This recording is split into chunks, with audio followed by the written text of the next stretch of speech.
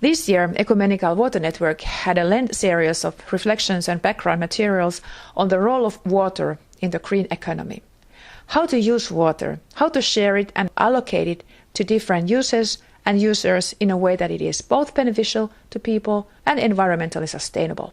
One particular concern for Maike Gorsboth, the coordinator of Ecumenical Water Network, when looking at the current debate is that it very much focuses on higher water efficiency and productivity, using mainly market and price mechanism without very much looking at the implications for justice and inequality. Maike sees that justice and inequality are exactly those perspectives that churches together with other religious communities can and need to make to this debate. The quest for justice in the Bible is intimately related to the rights of the oppressed and the vulnerable. The God of the prophets, particularly, is a God who defends the poor, the vulnerable. And of course, the World Council of Churches isn't a development organization, but it's a fellowship, an international fellowship of churches. We have this Ecumenical Water Network as one of the projects because we see that the water crisis is connected with a lot of issues that are at the core of our faith. Of course, the basic concern for life, the basic Christian, I think you could call it imperative to care for one another, is one reason why we think that the churches need to be concerned and active in this crisis.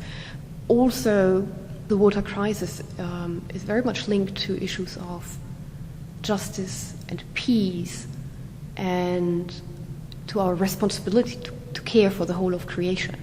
These three, justice, peace, and creation, are at the core of the Christian faith. And I think that that's a perspective, also a more holistic understanding of the meaning of water for life, that Christian churches can contribute to the global water debate.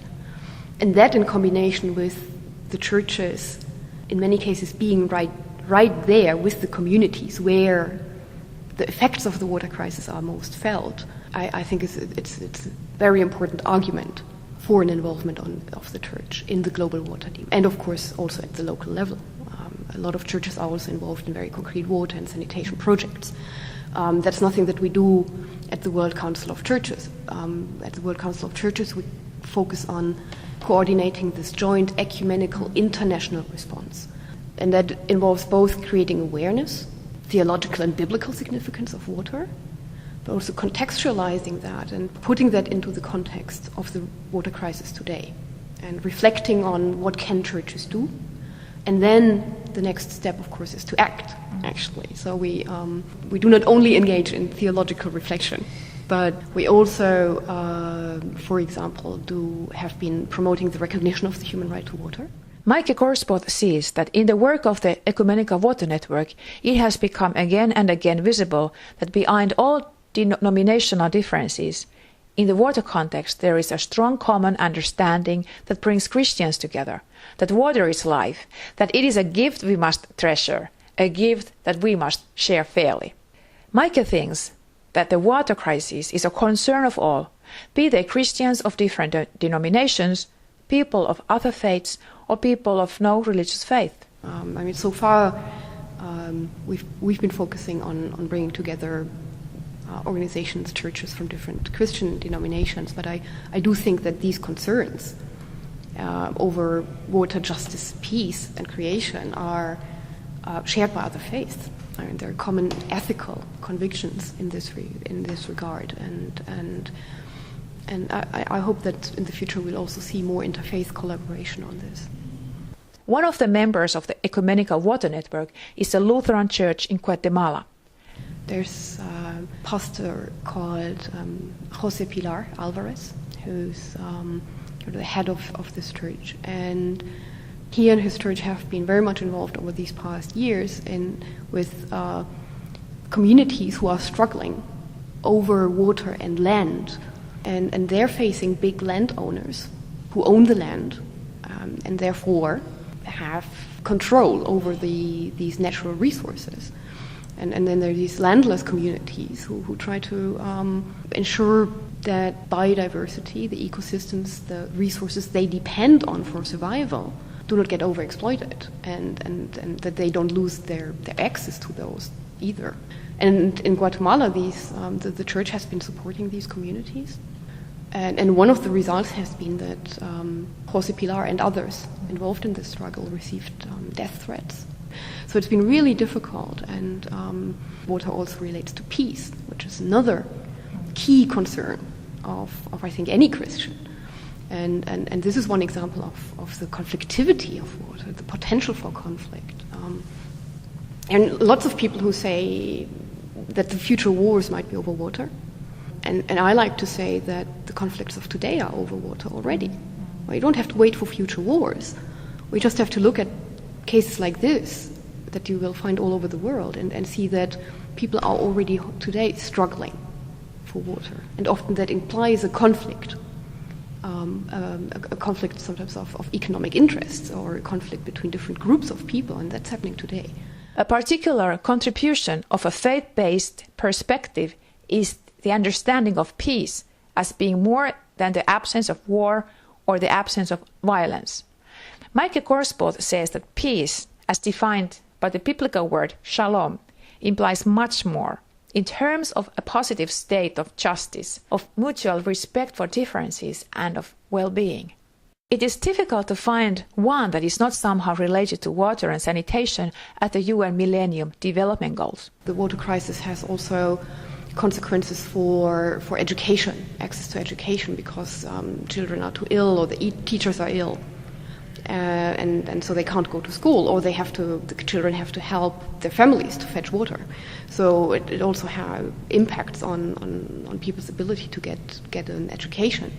She reminds that efforts to improve gender equality are also hindered by the lack of the water and sanitation.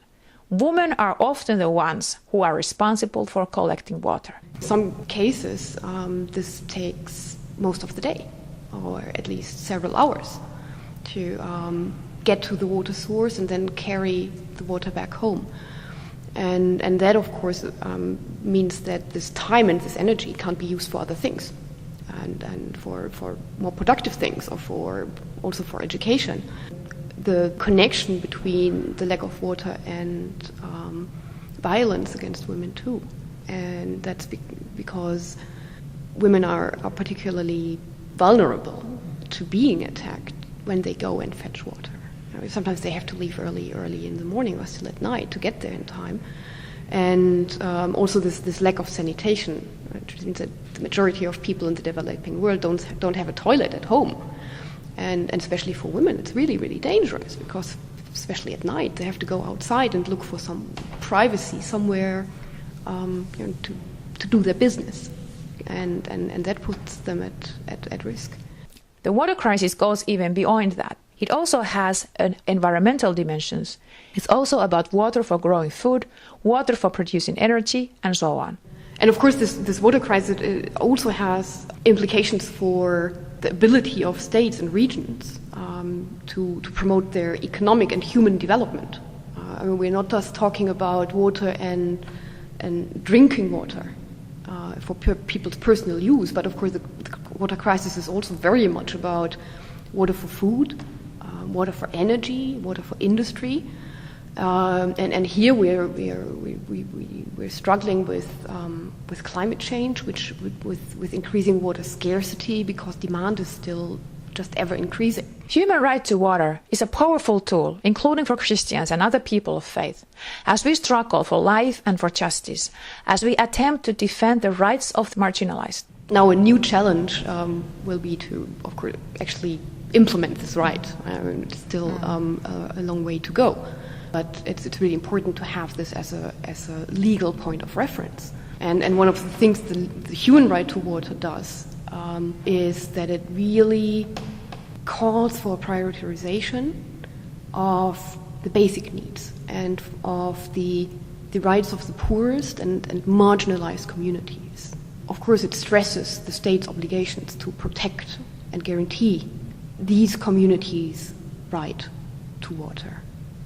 And I think that's very important, and it connects with the church's struggle for justice, because we see many situations today where people do not have access to water, not because there is no water, not because there is no money, not because we don't have the knowledge or the technology to give people access to water, but because it's often a matter of political priorities, of economic power, of insufficient accountability of both the public and the private sector, and of discrimination of certain groups of people. And those are usually the most vulnerable and weakest sections of society. And in the Bible we find that promoting justice, especially for the poor, the oppressed, comes up again and again.